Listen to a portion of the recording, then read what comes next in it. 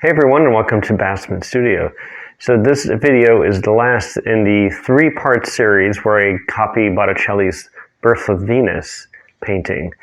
So in this video we will go into finer detail and basically covering any area that we haven't covered. So if you saw the last two parts of this series, I started out with a very simple underpainting, right, and added color in the second video. So in this video, we're going to start putting in like a little bit more of the finer details in this painting. So it should be really fun. I certainly enjoyed copying this painting, and I hope you'll try it as well. And thanks for watching. So sit back and relax, and let's start this new video from Bassman Studio. So now that we have it all blocked in, I'm going to start working on the finer details, such as Venus's face and hair. So, and from that, I'm going to work on different parts of the painting, finishing in all the lovely details of Botticelli's Birth of Venus.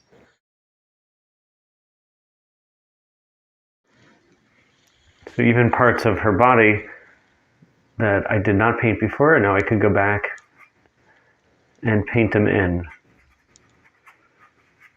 therefore giving it a little bit more volume, as we call it in art, more a sense of three-dimensional quality.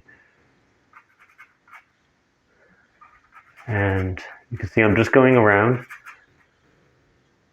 and you can see it's starting to have a little bit more volume, again, using that term.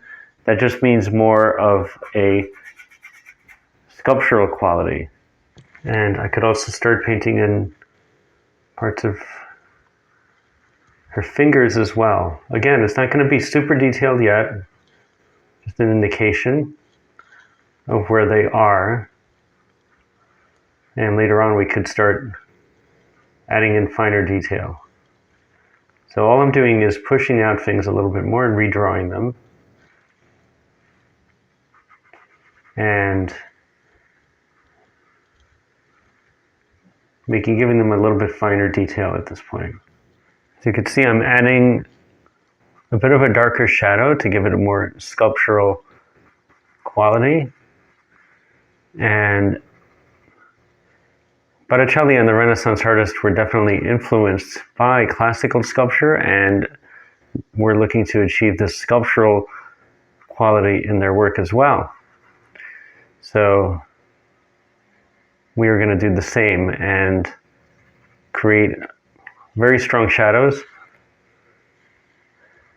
to give the painting more volume.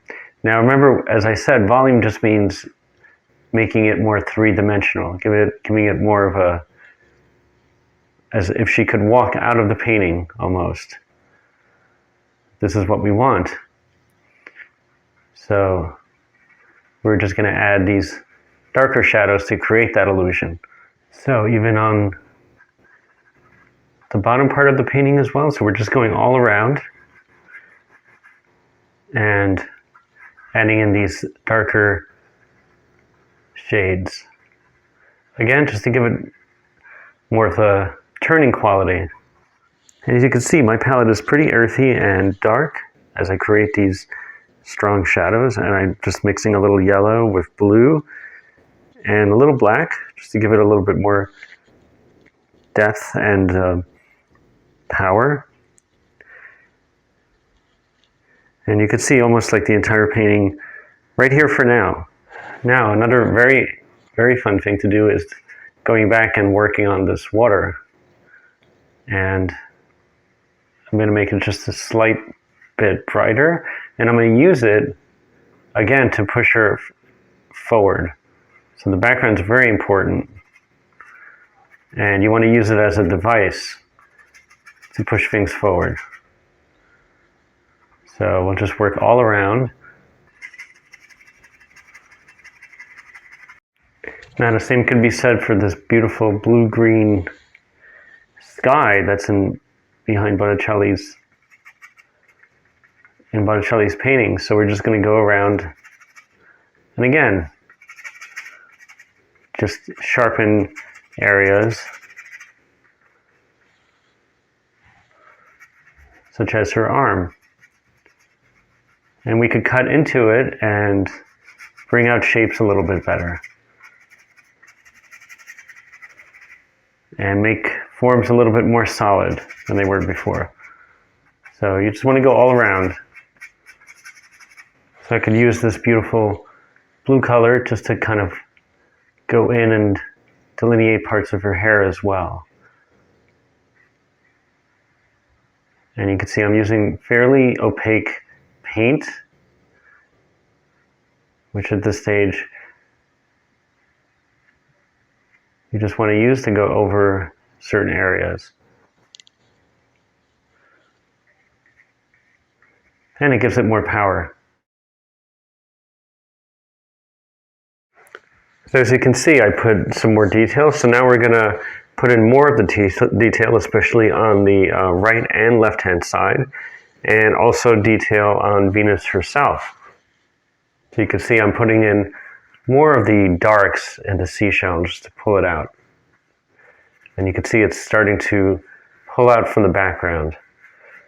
So we want that contrast. And you reinforce your painting basically so that it has a higher contrast, and it has a stronger sense of drawing and stronger sense of a three-dimensional quality to it, which is what we want, what we're after. So in a way, you're just going around and you're just, as I said before, redrawing your drawing, basically. And this is where you can get a little stronger and make the shadows a little stronger as well.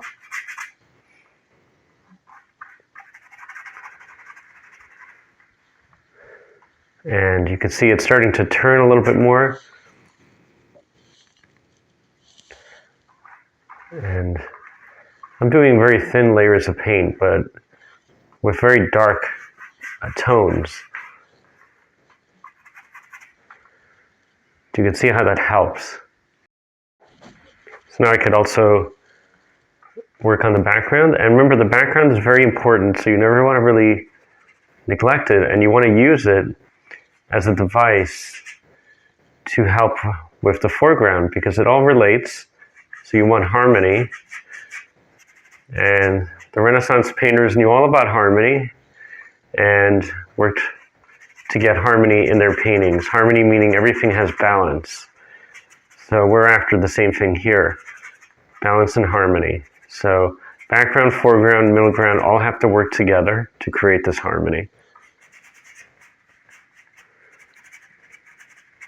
And you can see it helps to work on the background, and it helps to pull the figure forward. As I said, this is all balance. And covering also as many areas as possible. And trying to get as detailed as possible. I'm probably going to leave this kind of in a sketchy stage, even at the very end. It's going to be sketchy. I'm going to leave it kind of in a sketchy stage, but we just want to pretty much put in all the essentials. And just working on her hair at the moment, and just giving it a bit more form. So you can see it's starting to turn even in this sketchy stage. You want it to turn and have volume.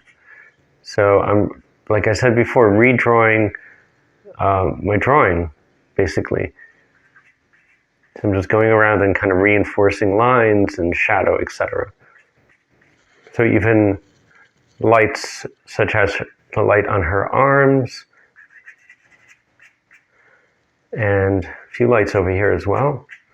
And that'll help pull everything a little bit more forward and give it more volume.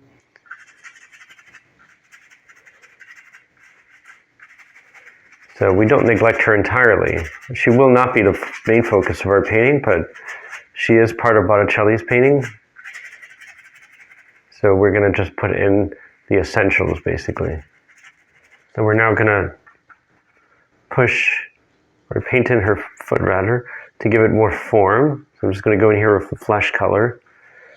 And then I'm going to use contrast. Remember the word contrast, to paint in the outside part of her foot so we could redraw it. You can see I'm using the background to draw in her foot. This is what we call contour in art. So I'm going back and I'm just reinforcing the drawing by using the background.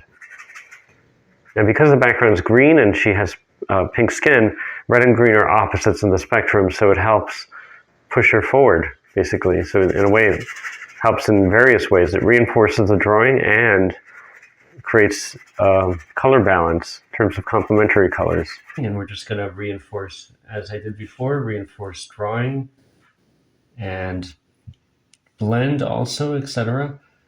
And just put in any essentials that we might have neglected before.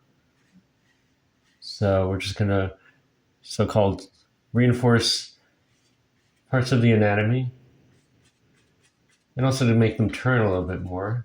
And as you can see, they have no features right now, but they will. So you can see I'm mixing various dark shades for the left side of the painting, and I'm making this beautiful greenish, dark greenish color for the wings. So now we're working on the left hand part of the painting, and as you can see, I've blocked in a few parts. So now I'm just using a very neutral color. Neutral meaning it's not too bright, not too dark. It's just like right in the middle, and it's like a grayish color, and I'm just reinforcing the drawing. So I'm fixing any drawing or helping shape things like the leg, etc., and the anatomy. So I'm just going around and doing that. And very carefully with a very thin brush, I'm just pushing things out a little bit more, as you can see, like the calf muscle, parts of the foot, just to give it a more cohesive quality, basically. And now we're just going to work on the faces a little bit. So we're just going to get into putting the eyes, nose, and mouth. Again, not in a very detailed way, but just to give a bit more power to the painting. You can see I'm doing this very carefully and reinforcing the drawing. So it's almost like you're drawing with a brush. Let's put it that way. You're redrawing your drawing at the very end. I can even put in some of the dark in the fabric behind him. Again, just to pull him forward from the background and help shape the drawing, basically the anatomy of the painting. So you're using this to kind of go back and fix and cover anything that you need that needs to be fixed. And you could go as far as you want. So any more details I wish to put in, such as a hand. I am doing that right now. Anything I want to reinforce and fix, I am doing that as well, such as blending. I can do that now just to make things turn a little bit more. So again, you want to go all around. Don't focus on just one area of your painting, but look everywhere and make sure that you're putting in what needs to be put in. You could omit things. Well, again, it's your choice of how far you want to go. But the important thing is that you put the essentials. Anything that helps your painting turn and have harmony, etc., needs to be put in.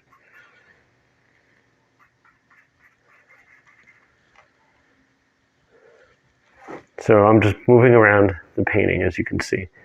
So now I am literally going around and just putting in any small details in the painting, like reinforcing shadows, etc. So this is one of the final things I do before I call it done, is to make sure that I'm covering and putting in things that I probably omitted last time from working on the blocking in. So now I can just reinforce things, soften shadows, etc. And it's a fairly large painting, so I just want to go all around and make sure I'm covering places like all the shadow areas and making it a bit stronger, because some areas are not strong enough, like here, the bottom of the seashell basically needs to be pulled out more. So things like this I notice, and I just go around. And again, you don't focus on one area, but you just help reinforce many areas. And you go all around your painting, especially if it's large. So now, one of the last things I do is these beautiful stylized waves, which kind of form a V pattern in the water.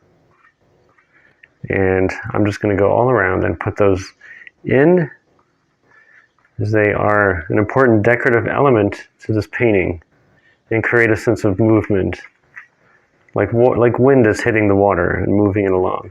It's quite beautiful, actually. And again, if you ever have the opportunity to see this painting, as I did in person, to see how magnificent it is and how animated it really is in real life.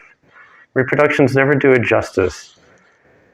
I find with Botticelli, you have to literally see his paintings in person, so you get a sense of their grandeur and their size. It's quite beautiful, and you appreciate them more. So this also helps create a sense of distance in the painting. So again, just adding the last final touches to this painting before we call it a day. And you can see I'm just slowly going around, and if drawing needs to be fixed, now's a good time to do it. And you just go around and you blend if you need to be blend, anything needs to be blended. So, which is what I'm doing right now. And just working a little slower and just blending and putting very little pressure on the brush as I just blend in colors that are still wet because the oil is still, I just put this paint down so it's still malleable and I can still push it around basically. And again, you're going all around the painting. So I'm looking at any area that I might have missed, or thinking, how far do I want to go? How detailed do I want to go? Did I put everything that needs to be put in there, etc.? And here we have our completed copy, or my completed copy of Botticelli's Birth of Venus. Well, I hope you enjoyed that video from Bassman Studio, and I hope you enjoyed the 3-part series of painting Botticelli's Birth of Venus. Remember, if you haven't subscribed, please do so. If you have, thank you very much. And remember to stay tuned for new videos coming soon from Bassman Studio. Any questions or comments, please leave them in the comment section. And remember, go out there, be creative, be amazing, create great art. Don't let fear stop you. And I'll see you next time on Bassman Studio. Have an amazing day, everyone.